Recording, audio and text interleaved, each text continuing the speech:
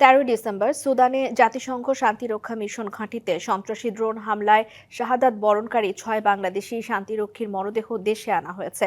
শনিবার বেলা 11টার পরে হযরত শাহজালাল আন্তর্জাতিক বিমানবন্দরে এমিরেটস এয়ারলাইন্সের একটি বিমানে মরদেহ আনা হয়। বাংলাদেশ সেনাবাহিনীর chief of general staff lieutenant general Mizanur Rahman Shamim বিমানবন্দরে শান্তিরক্ষীদের মৃতদেহ গ্রহণ করেন। রবিবার ঢাকা সেনানিবাসের কেন্দ্রীয় মসজিদে নামাজে জানাজা অনুষ্ঠিত হবে। পরে তাদের মরদেহ হেলিকপ্টার যোগে নিজ নিজ ঠিকানায় পাঠানো হবে।